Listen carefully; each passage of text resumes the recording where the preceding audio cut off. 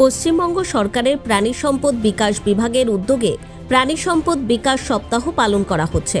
সোমবার কালিয়াগঞ্জ প্রাণী সম্পদ দফতরের সহযোগিতায় ব্লকের বরুণা গ্রাম পঞ্চায়েত অধীন খাড়িপাড়া প্রাথমিক বিদ্যালয়ের মাঠে প্রাণী সম্পদ বিকাশ সপ্তাহ উদযাপন করা হয়।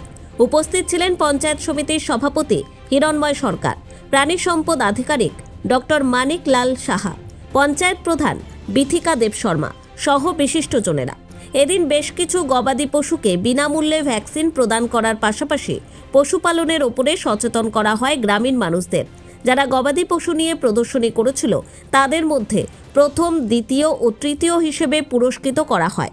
সরকারি উদ্যোগে খুশি এলাকার মানুষেরা এবং এলাকার পড়ুয়াদের নিয়ে বসে আঁকো প্রতিযোগিতার আয়োজন করা হয়।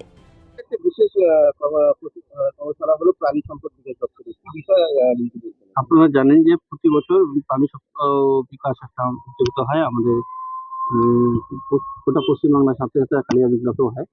তো এবার আমরা কালিয়াগঞ্জ ব্লকের বরুণা অঞ্চলের খাড়িপাড়া সংসদে খাড়িপাড়া প্রাইমারি স্কুলের মাঠে করেছি প্রাণী সম্পদ বিকাশ সপ্তাহ। আজকে সেখানে প্রধান ছিলেন আমার পঞ্চায়েত সমিতির মেম্বার হরিদাস দেব শর্মা ছিলেন, মিল্লে সাহেব থেকে এবং প্রাণী মিত্র বন্ধু থেকে আরম্ভ করে সবাই ছিলেন। এবং সেখানে প্রচুর ছাগল, গরু, হাঁস, মুরগি এসেছিল এবং তাদেরকে ওই ভ্যাকসিন প্রক্রিয়াটা, যেটা ভ্যাকসিন প্রক্রিয়া হয়, সেই ভ্যাকসিন প্রক্রিয়াটা দেওয়া হলো। তার মধ্যে যারা ভালো, যারা ছাগল হোক, গরু হোক, বাছুর হোক, বকনা হোক, হাঁস হোক, মুরগি হোক পালন করতে পারে তাদেরকে সেই অনুযায়ী প্রাইজ দেওয়া হয়েছে। এবং বাচ্চাদের জন্য একটা আর্ট প্রতিযোগিতাও ছিল। সেই খাড়িপাড়া প্রাইমারি স্কুলের যারা বাচ্চারা আছে, ছাত্রছাত্রীরা তারা আর্ট প্রতিযোগিতা করে তাদেরকেও ফার্স্ট, সেকেন্ড, থার্ড তাদেরকেও একটা গিফট দিয়েছেন। এটা হচ্ছে, আপনারা জানেন যে মাননীয় মুখ্যমন্ত্রী মমতা বন্দ্যোপাধ্যায় সার্বিকভাবে সবকিছুর জন্য কিন্তু ডেভেলপমেন্ট করছে। আজকে আপনি কালিয়াগঞ্জ ব্লকে দেখেন একটা ভ্রাম্যমাণ পশু চিকিৎসার একটা গাড়ি ঘুরে বেড়াচ্ছে, অ্যাম্বুলেন্স। সেটার মধ্যে ডাক্তার থাকছে, কম্পাউন্ডার থাকছে। সেটা যদি বিএলও সাহেবকে ফোন করা যায় বা আমাদের একটা টোল ফ্রি নাম্বার আছে, সেই টোল ফ্রি নাম্বারতে ফোন করলে পরে সচরাচর সেই গাড়ি সেই গ্রামে, সেই মহল্লায় চলে যাচ্ছে।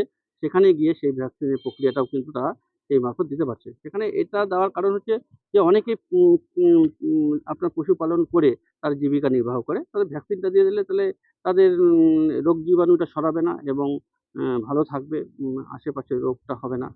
সেইজন্য যাতে তারা স্বাভাবিকভাবে ভালো থাকে এবং তার আর্থিক উপার্জনটা যেন ঠিকঠাক থাকে এবং পরিবেশের ভারসাম্যটা যেন ঠিক থাকে, এই প্রক্রিয়া নিয়ে আমাদের এই প্রাণী সপ্তাহটা হলো। কতগুলো আনুমানিক প্রাইজ দেওয়া হলো? এখানে প্রাইজ দেওয়া হলো মোটামুটি সব ক্যাটাগরি অনুযায়ী দেওয়া হয়েছে। বকনা, তারপর দেওয়া হয়েছে গাই বাছুর, দেওয়া হচ্ছে, তারপর বলদ দেওয়া হয়েছে, ছাগল দেওয়া হয়েছে, হাঁস, মুরগি সব, তারপর একটা পাঠা নিয়ে আসছিল, ওনাকেও দেওয়া হয়েছে। ক্যাটাগরি অনুযায়ী সবাইকে মোটামুটি দেওয়া হয়েছে। কালিয়াগঞ্জ থেকে ভাস্কর রয়ের রিপোর্ট, কুলেক নিউজ।